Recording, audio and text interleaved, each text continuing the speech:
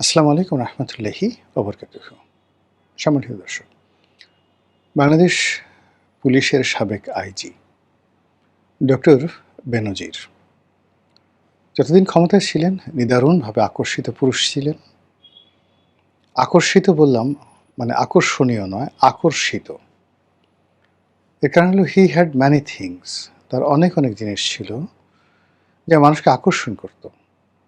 ক্ষমতা ছিল, সৌন্দর্য ছিল, অর্থ ছিল, ব্যক্তিত্ব ছিল, দুষ্টবুদ্ধি ছিল, আরও অনেক কিছু। সবাইকে তিনি আকর্ষণ করতে পারতেন এবং বাংলাদেশ পুলিশের আইজি পদটিকে তিনি যে উচ্চতায় নিয়ে গেছেন, কামনা, বাসনা, চিন্তা, চেতনা, মানে ইটস এ কোয়াইট সেক্সি। মানে এখানে সেক্সি বলতে শুধু মানে ওই যে নারী এবং পুরুষের মধ্যে যে মিলন সেটা নয়। সেক্সি মিন্স আকর্ষণীয়। সেক্সি মিন্স মানে যা দেখলে আপনার পেতে ইচ্ছা করবে, আপনার হতে ইচ্ছা করবে, আপনার খেতে ইচ্ছা করবে, আপনাকে স্পর্শ করতে ইচ্ছা করবে, এনিথিং। তো ডক্টর বেনজির আইজির চেয়ারে বসে সে চেয়ারটিকে, তার টেবিলটিকে, তার অফিসটিকে, তার অফিসের ভেতরে একটা বসার রুম আছে, একটা শোয়ার রুম আছে, সব মিলিয়ে পুরো মহলটিকে যেভাবে একটা বালাখানায় রূপান্তরিত করেছিলেন। তিনি রাস্তাতে যেভাবে যেতেন, প্রধানমন্ত্রীর মতোই প্রায় প্রোটোকল তিনি পেতেন এবং পুলিশের ভিতরে তার স্ত্রীকে বলা হতো the first lady, the first lady. তো এইরকম একজন মহামানব যাকে পুলিশ আদর করে ডাকতেন প্রমেথিউস, দ্য প্রমেথিউস অফ পুলিশ। তিনি যেদিন পুলিশ থেকে অবসর নিলেন, তাকে যেভাবে রিসিপশন দেওয়া হলো, ইটস এ গ্র্যান্ড রিসিপশন। বাংলাদেশে এরকম মানে কাউকে কখনো এরকম রিসেপশন দেওয়া হয়নি, বিদায় বেলায় এরকম রিসেপশন। এবং তাকে এমনভাবে বিদায় জানানো হলো পুলিশ থেকে, মনে হলো যে তিনি এক সপ্তাহের মধ্যে স্বরাষ্ট্রমন্ত্রী হয়ে ফিরে আসছেন। এবং ওই সময়টিতে আমি একটা ভিডিও বানাচ্ছিলাম যে আমাদের স্বরাষ্ট্রমন্ত্রী যখন ছিলেন তখন আসাদুজ্জামান খান কামাল।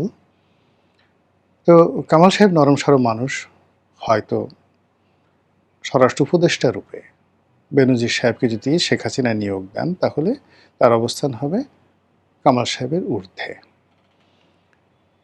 এবং সেটা বোঝা যাচ্ছিল তিনি যখন অ্যাজ এ আইজি হিসেবে সেনাপ্রধান জেনারেল আজিজের সঙ্গে কক্সবাজারের ওই যে একজন সেনা কর্মকর্তা, সাবেক সেনা কর্মকর্তার হত্যাকাণ্ড ঘটল, সেই ওসি প্রদীপ, সেই ঘটনায় আইজিও গেলেন, সেনাবাহিনী প্রধানও গেলেন। কিন্তু দুজনের চালচলনে মনে হচ্ছিল যে বেনজির ইজ মোর দ্যান, যাকে বলা হয় আইজিপি নয়, মোর দ্যান স্বরাষ্ট্রমন্ত্রী। এবং বাংলাদেশের সেনাপ্রধান যে পদটি, এটি উপমন্ত্রীর পদমর্যাদা সম্পন্ন। মানে সচিবালয়ের ক্যাবিনেট সেক্রেটারি বলেন, যা বলেন, তাদের মানে সবার চেয়ে ঊর্ধ্বে।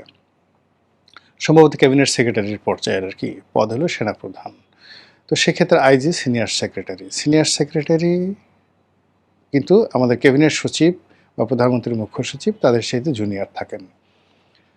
তো এরকম একটা পদে থেকে যখন তিনি সেনা প্রধানকে ডমিনেট করেন, আর সেনাপ্রধানের লোক এমন একটা ব্যাপার যে সেনাবাহিনীতে ধরেন একজন মেজর, তার যে ডাটফাট, সেই ডাটফাট সে 4-5টা এসপি সে পকেটে নিয়ে ঘুরে। এখন সেই এসপির চাইতেও একজন মেজর নিজেকে বড় মনে করেন, আর এটা তারা দেখান, মানে ফুটফাট দেখান। তো সেখানে সেনাপ্রধান যেখানে প্রধানমন্ত্রীকে পাত্তা দিতে চান না, মন্ত্রী এমপিদেরকে তো তারা মানে একটা শিশু, আবাল মনে করেন। দেখেছি বিভিন্ন সময়টিতে, এখন হয় কিনা বলতে পারবো না। তো সেই জায়গাতে একজন আইজিপিকে যেভাবে জেনারেল আজিজ তোয়াজ তদবির করছেন, এটা দেখে পুলিশের যে কোনো লোকেরই আগ্রহ জাগবে যে ইস, একটি দিনের জন্য আমি যদি বেনজির হতে পারতাম। যা হোক, সে উনি গেলেন। আমরা হয়তো ধরে নিয়েছিলাম অন্য যে আইজিগুলো আছেন তাদের মধ্যে তিনি সামান্য কিছু দুর্নীতি করেছেন। চেহারা সুন্দর হলে তাদের সাথে অনেক মেয়েদের ভালো বান্ধবী থাকে, বন্ধু থাকে, মেয়েরা পঙ্গপালের মতো এরকম আকর্ষণীয় পুরুষদের কাছে আসে, হয়তো তিনি তদ্রূপী। কিন্তু ধীরে ধীরে তার সম্পর্কে যে জিনিসগুলো বের হতে থাকলো, বিশেষ করে কালের কণ্ঠে যে নিউজটা ছাপা হলো, এতে করে আমরা দেখলাম যে তিনি করেন না এমন কোনো কাজ নেই। গরু চোরাচালানি থেকে শুরু করে সাদিক অ্যাগ্রো, হোটেল ব্যবসা, সেই হোটেল, সেই কি বলবো, কক্সবাজারে যে সেই বিশাল ৫ তারকা হোটেল রামাদা, সেই হোটেলের মালিকানা থেকে শুরু করে তার নিজের গ্রামে ৩০০ বিঘা না ৩০০ একর জায়গার উপরে তার মেয়ের নামে সেই বিশাল রিসোর্ট, তার সময় কাটানোর জন্য নারায়ণগঞ্জের সেই বিশাল বাংলো বাড়ি, ঢাকাতে রাজকীয় ফ্ল্যাট, সেই ফ্ল্যাটে মানে তার কোট প্যান্ট টাই, এর যে কী অবস্থা, জিনিসগুলো যা বের হলো মানে দুদকের ফাইলে, তারপর যাকে বলা হয় সেই কালের কণ্ঠে রিপোর্টে, তাকে হজম করা, ধারণ করা শেখ হাসিনার পক্ষে আসলে ওই মুহূর্তে অসম্ভব হয়ে পড়ে। পরিস্থিতি এমন হয়ে গেল যে তিনি শেখ হাসিনার জমানাতে গ্রেপ্তার হওয়ার মতো অবস্থায় পড়ে গেলেন। ঠিক সেই সময়টাতে কেন, কিভাবে, কার নেতৃত্বে, কার মদতে তিনি বুক ফুলিয়ে এয়ারপোর্ট দিয়ে চলে গেলেন, উই ডোন্ট নো। এরপর থেকে আমরা কিছুদিন চিৎকার চেঁচামেচি করলাম, তাকে নিয়ে ভিডিও বানালাম, এরপর আমরা সবাই ভুলে গেছি হোয়াট হ্যাপেন্ড। কিন্তু এর মধ্যে যে ঘটনাগুলো ঘটে গেছে, সেই ঘটনাগুলো হলো যে তিনি বিদেশে গিয়ে স্টপ থাকেননি। সেখানে তিনি ব্যবসা বাণিজ্য করেছেন, তারপর তার যে সহায় সম্পত্তিগুলো ছিল এগুলো কেনা বেচা করেছেন, একটা কিনেছেন আর একটা বিক্রি করেছেন, এবং এক শহর থেকে অন্য শহরে, এক দেশ থেকে অন্য দেশে, জাস্ট লাইক কি বলবো, ইলন মাস্কের মতো, the Elon Musk of Bangladesh. তো ইলন মাস্কের মতো তিনি ওভাবে কখনো ইস্তাম্বুলে, কখনো ব্যাংককে, কখনো সিঙ্গাপুরে, কখনো সৌদি আরবে, কখনো দুবাইতে, কখনো পর্তুগালে, আরও কত দেশ রাজার হালে তিনি ঘুরছিলেন আর ক্রমশ শক্তি সঞ্চয় করছিলেন।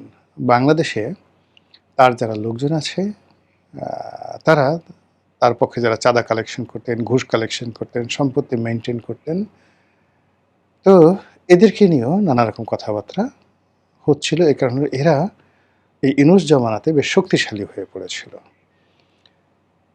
আমি ব্যক্তিগতভাবে দেখেছিলাম যে রামাদা হোটেলের মালিকানা নিয়ে বেশ কয়েকজন, মানে দুজন, মানে বেনজিরের বাইরে আরও দুজন লোক আছে।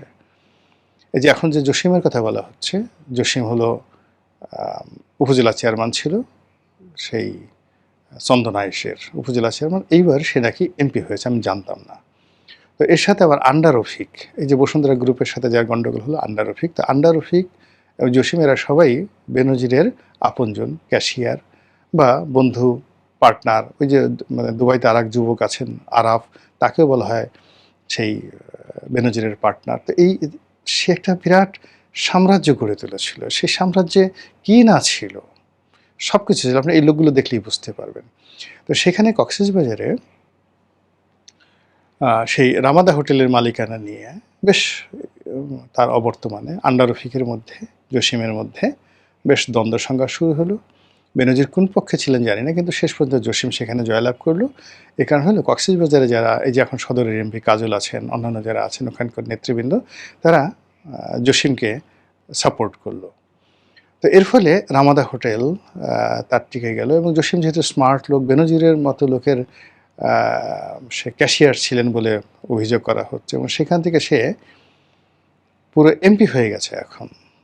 তো সে তো যেন তেন জিনিস নয়, অত্যন্ত কঠিন মানুষ, অত্যন্ত ডিপ্লোম্যাটিক এবং মোর স্মার্টার দেন মিস্টার বেনজির। আর এখন যেহেতু সে সংসদ সদস্য হয়ে গেছে, সরাসরি তার সঙ্গে প্রধানমন্ত্রীর দেখা হয়, স্বরাষ্ট্রমন্ত্রীর দেখা হয়, আর স্বরাষ্ট্রমন্ত্রী কক্সবাজারের লোক। কক্সবাজারের সবচেয়ে লাক্সারি যে হোটেলটি, সেই হোটেলের মালিক জসিম, জসিমের সঙ্গে তার সম্পর্ক স্বাভাবিক থাকবে। তো সেই কারণে সবাই বলা বলি করছে যে মিস্টার জসিম, যাকে বলা হতো বেনজিরের ক্যাশিয়ার, তিনি বেনজিরকে ধরিয়ে দিয়েছেন দুবাই পুলিশের হাতে। তাকে ডেকে নিয়েছেন, দুবাইতে গেছেন, ঘনিষ্ঠ বন্ধু, সম্পর্ক ভালো। তো তাদের সাথে ব্যবসা বাণিজ্য তো বললাম যে এমনি এমনি আছে। তো এই কারণে তাকে ধরিয়ে দেওয়া হয়েছে। তো এখন সেই যে তাকে ধরিয়ে দেওয়া হলো, এর সঙ্গে জসিমের কী লাভ আছে, স্বরাষ্ট্রমন্ত্রী মানে স্বরাষ্ট্রমন্ত্রী কী লাভ আছে, বিএনপি সরকারের কী লাভ আছে, কিংবা প্রধানমন্ত্রীর কী লাভ আছে, এটা উই ডোন্ট নো। কিন্তু বেনজির ওখানে গ্রেপ্তার হয়েছে, এটা বাংলাদেশের পুলিশে অনেকের পিলে চমকে গেছে। এটা কী করে সম্ভব? বিকজ তারা তো ডেইলি খোঁজখবর রাখছিল। এবং পুলিশের মধ্যে বললাম না যে পুলিশের মধ্যে তাকে উপাধি দেওয়া হয়েছিল দ্য প্রমিথিউস অফ পুলিশ। তো কাজেই পুলিশের মধ্যে তার হাজার হাজার অনুসারী আছে। তো সেই অনুসারী আছেন, অনেকে ভুল পাল্টে গেছেন, অনেকে বিএনপির হয়ে গেছেন, এবং তার যারা কোর্সমেট আছে, ব্যাচমেট আছে, তারা অনেকেই এখন প্রধানমন্ত্রী তারেক রহমানের খুবই ঘনিষ্ঠজন। তো বেনজির যখন আইজি ছিলেন তখন সেই আইজির পদে থেকে তিনি তার কোর্সমেটদের অনেককে তিনি যাকে বলা হয় সুযোগ দিয়েছেন, অনেকে বুক ফুলে ঘুরে বেরিয়েছে। তো সেটার রিটার্নে বেনজিরের যারা বন্ধু এখন বিএনপির সঙ্গে আছেন তারাও তো বেনজিরকে একটা ওয়াক ওভার দিচ্ছে। তো সেখানে হঠাৎ করে সে যখন গ্রেপ্তার হয়ে গেল, সবাই একটা বজ্রপাতের মতো ঘটনা। এর মধ্যে স্বরাষ্ট্রমন্ত্রী পার্লামেন্টে বলেই ফেললেন যে তাকে গ্রেপ্তার করে আনা হবে, ইন্টারপোল ইত্যাদি ইত্যাদি ঘটনা ঘটে গেছে। কিন্তু এখন আবার শোনা যাচ্ছে যে তাকে যেভাবে গ্রেপ্তারের কথা বলা হচ্ছিল সেভাবে আসলে গ্রেপ্তার হয়নি, বা তাকে যেভাবে সহজে আনার কথা ছিল সেভাবে আনা যাচ্ছে না। সে ওখানে একটার পর একটা প্যাচ করে যাচ্ছে, নিজের বিরুদ্ধে নিজে মামলা দিচ্ছে। মানে সত্যিকার অর্থে দুবাইতে যে কী হয়েছে বেনজিরকে নিয়ে আমরা এখনও পর্যন্ত জানি না। কিন্তু যেটা বললাম যে সে একটা বিরাট একটা সাম্রাজ্য গড়ে তুলেছিল। সেই সাম্রাজ্যে যত সব সুন্দরী ললনা তারা সেখানে হাজিরা দিতেন। তারা এখনও ইয়া বেনজির বলে কান্নাকাটি করেন। তিনি তাদেরকে মাল দিয়েছেন, পানি দিয়েছেন, গান দিয়েছেন, নৃত্য দিয়েছেন, বাড়ি দিয়েছেন, গাড়ি দিয়েছেন। তো সে সকল রমণীরা পাগলের মতো খুঁজে যে হুজুর কবে আসবেন, আবার কবে আমাদের বালাখানা জাগ্রত হবে। অনেকে গিয়ে তার সাথে দুবাই থেকে দেখা করে আসেন, এবং আসার সময় তারা 1 কোটি টাকা 1.5 কোটি টাকার বাজার করে নিয়ে আসেন। ওখানে গিয়ে রাজার মতো ঘুরে বেড়ান, সেই রেঞ্জ রোভার গাড়িতে, রোলস রয়েস গাড়িতে ঘুরে বেড়ান। বাংলাদেশের অনেক ললনা আছেন, সেগুলো কিছু সোশ্যাল মিডিয়াতে দেখা যায়। এবং এদের সবার যে কাঙ্ক্ষিত পুরুষ সেই ডক্টর বেনজির, এতে কোনো সন্দেহ নাই। তো সেই মানুষটি গ্রেপ্তারের কথা বলা হচ্ছে। কিন্তু যদি আপনি বেনজিরের ক্যারেক্টারিস্টিক্স দেখেন, he is not a normal man, he is absolutely, মানে কি বলবো, সে আন্ডারওয়ার্ল্ডের একটা ডন। শিকাগোর একজন মেয়র ছিলেন, এই মুহূর্তে আমার নামটা মনে আসছে না। মানে আন্ডারওয়ার্ল্ড থেকে এসে দুজন লোক, মানে একজন সেই ডন এবং দ্বিতীয়জন হলেন একজন উকিল, আমেরিকার সেরা উকিল, ক্রিমিনাল লয়ার। এই দুজনের মধ্যে একটা বন্ধুত্ব হয়ে গেল, এবং সেই বন্ধুত্ব কারণে ওই শতাব্দীর সবচেয়ে বড় মাফিয়া ডন হওয়ার পরেও as a public figure mayor হিসেবে তিনি নিউ ইয়র্ক, মানে ওখানে আমেরিকাতে 3টি পোস্ট, আমেরিকার প্রেসিডেন্ট, তারপরে নিউ ইয়র্কের মেয়র, দেন শিকাগোর মেয়র, এবং তিনি সেই শিকাগোর মেয়র হয়ে গিয়েছিলেন।